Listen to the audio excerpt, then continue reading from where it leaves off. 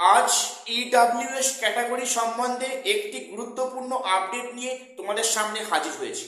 দেখো, আমি already EWS category আমি কিছু ভিডিও আপলোড করেছিলাম। তো সেখানে ভিডিওর কমেন্টসে অনেকে নানা নেগেটিভ কথাবার্তা বলেছো। দেখো, প্রথম বলি, আমার কারোর উপরে কোনো ব্যক্তিগত রাগ বা হিংসে নেই। তো যে খবরটা আমি সামনে পাই সেটা তোমাদের কাছে আমি উপস্থাপন করার চেষ্টা করি। তো আজকের ভিডিওটা কেউ স্কিপ করো না, প্রথম থেকে শেষ অবধি দেখো। আমি আশা করছি তোমরা অনেক গুরুত্বপূর্ণ অজানা আপডেট এই ভিডিওতে পেয়ে যাবে, এবং যদি তোমাদের ভিডিওটা উপকারে আসে তাহলে আমার এই ভিডিও করাটা আজকে সার্থক হবে। এবং আরেকটা বিষয় বলি, তোমরা অনেকে আমার ভিডিও রেগুলার ওয়াচ করছো, তার জন্য অসংখ্য ধন্যবাদ। এবং যারা স্কিপ করে যাচ্ছ সাবস্ক্রাইব না করে, আমি তোমাদের বলবো প্রত্যেকের চ্যানেলটা সাবস্ক্রাইব করে রাখো এবং গুরুত্বপূর্ণ আপডেট সবার আগে পাওয়ার জন্য। আজকের ভিডিওটা সম্পূর্ণ ইডাব্লিউএস ক্যাটাগরি নিয়ে। দেখো, এখানে একটি বিষয় খুবই গুরুত্বপূর্ণ। বিষয়টা হচ্ছে কি, ইডাব্লিউএস ক্যাটাগরির কোনো ক্যান্ডিডেট যদি যদি ইউআর কিংবা জেনারেলে কাট অফ ক্লিয়ার করে, তাহলেও সেই ইডাব্লিউএস ক্যাটাগরি কিন্তু জেনারেলের মধ্যে ঢুকতে পারবে না।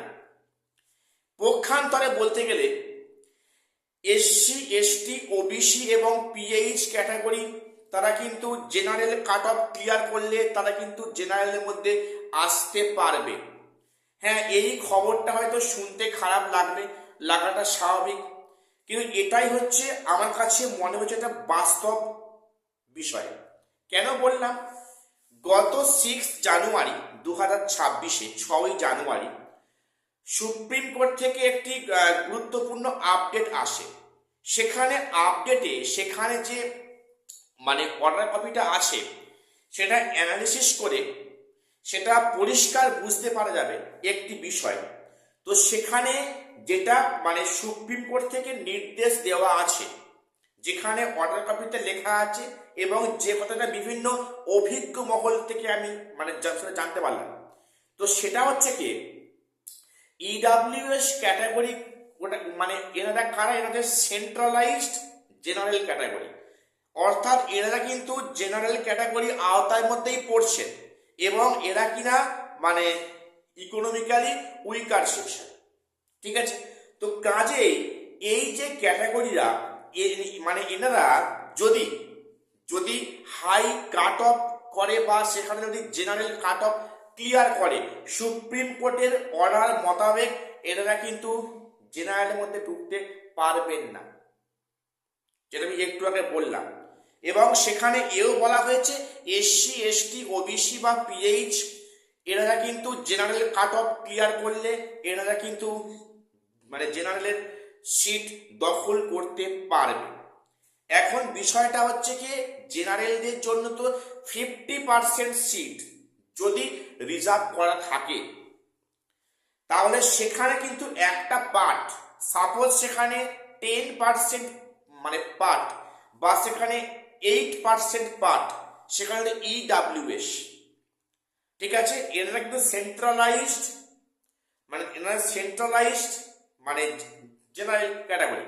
তো এক্ষেত্রে ওনারা যেহেতু জেনারেল ক্যাটাগরির অংশ এবং জেনারেল 50%-এর মধ্যে ওনারা 10% বা 12% বা 8%, কাজেই ওনারা কিন্তু এখানে যদি ওনারা সেখানে কাট অফ যদিও ক্লিয়ার করে জেনারেল কাট অফ, তাহলেও কিন্তু ওনারা সেখানে জেনারেলদের সিট ব্লক করতে পারবেন না, যেটা পারবেন এসসি, এসটি এবং ওবিসি বা পিএইচ ক্যাটাগরি। দেখো, তোমরা জানো যে রিসেন্টলি একটি খবরে কিন্তু খুব চাঞ্চল্য ছড়িয়েছে গোটা দেশে। তো সেখানে যেটা পরিষ্কার, ইডাব্লিউএস ক্যাটাগরি কিন্তু অনেকে সেখানে কিন্তু প্রভাব খাটিয়ে অরিজিনালি তারা কিন্তু ইডাব্লিউএস ক্যাটাগরি ক্রাইটেরিয়া পূরণ করতে পারেনি। তা সত্ত্বেও কিন্তু বিভিন্ন কারণে সেখানে সার্টিফিকেট ইস্যু করা হয়েছে। তোমরা জানো যে সম্প্রতি যেখানে ইউপির আইএএস অফিসার, সেখানে উনি ইডাব্লিউএস ক্যাটাগরিতে উনি আইএস অফিসার হয়েছেন এবং সেখানে পরিষ্কার ধরা পড়ে যে উনি কিন্তু প্রচুর টাকার মালিক এবং অনেক বিষয় সম্পত্তির মালিক। সম্ভবত সেই ক্যান্ডিডেটের ভাই কিংবা দাদা উনি কিন্তু একটা ভালো প্রশাসনিক পদে আছেন, উনি কিন্তু ইডাব্লিউএস। এটা প্রকাশ্যে আসে, তারপরে নানা চাঞ্চল্য ছড়ায় এবং ইডাব্লিউএস ক্যাটাগরি কিন্তু প্রচুর হারে সেখানে প্রভাব খাটিয়ে বা সেখানে টাকার বলে অনেকে সার্টিফিকেট পেয়েছে।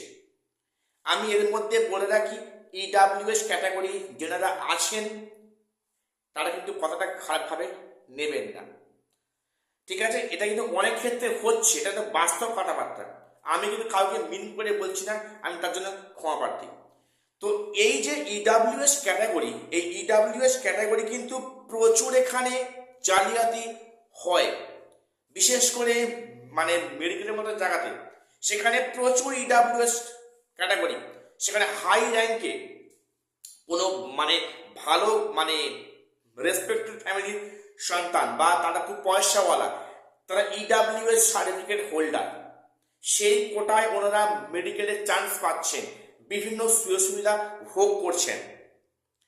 এখন এটা নিয়ে একটা মারাত্মক অভিযোগ বারংবার উঠে আসছে সম্প্রতিকালে এবং সেই সংখ্যাটা কিন্তু পশ্চিমবঙ্গে অনেকটাই বেশি, যেটা তো রিপোর্ট বলছে, এটা আমি বলছি না। এবারে বিষয়টা হচ্ছে কি, আমাদের West Bengal school service commission SSC যেটা করেছে এসএলএসটির ক্ষেত্রে, সেটা কিন্তু এখানে রুলসকে ভায়োলেট করা হচ্ছে। অর্থাৎ যেখানে আমি আগেও বলেছি যে ইডাব্লিউএস ক্যাটাগরির নামটা উল্লেখ রাখার কথা, ওনারা কিন্তু আদার্সের মধ্যে থাকার কথা নয়। যেখানে ইউপিএসসিতে যেখানে ইডাব্লিউএস উল্লেখ রাখা হয়েছে, তাহলে সেখানে স্কুল সার্ভিস কমিশন বলছে যে আদার্সের মধ্যে ইডাব্লিউএস, যেটা অনেকেই তোমরা অভিযোগ করছো। দেখো অ্যাকচুয়ালি কিন্তু বিষয়টা কিন্তু ধোঁয়াশার মধ্যে রয়ে গেল। অর্থাৎ এই নিয়ে যে ভবিষ্যতে মানে কোন দিকে যেতে পারে, এটা সত্যি খুব একটা চিন্তার বিষয়। কাজেই এসএসসি কেন এই সমস্যাটা করলো তার মাথা মুন্ডু কিন্তু এখন অবধি আমরা কেউ ক্লিয়ারলি বুঝতে পারিনি। তো ভবিষ্যতে কি আপডেট আসে আমাদের প্রত্যেকের নজরে থাকবে এবং বিষয়টি কিন্তু খুবই সেনসিটিভ বিষয় যে তাহলে ইডাব্লিউএস যারা হোল্ডার আছেন তারা এই মুহূর্তে কি করবেন, বিশেষ করে যারা এসএলএসটির মধ্যে আসেন। তো যাই হোক, সেটা নিশ্চয়ই ভবিষ্যতে কোনো একটা ফয়সলা হয়তো হবে। তো আমার আজকে এটুকুই আপডেট দেওয়ার ছিল। আমি প্রত্যেকের কাছে ক্ষমা প্রার্থী, আমি কিন্তু কাউকে মিন করে কথা বলছি না। আমি এ নিয়ে অলরেডি ভিডিও করেছি, অনেকে নানা নেগেটিভ কথাবার্তা বলেছ।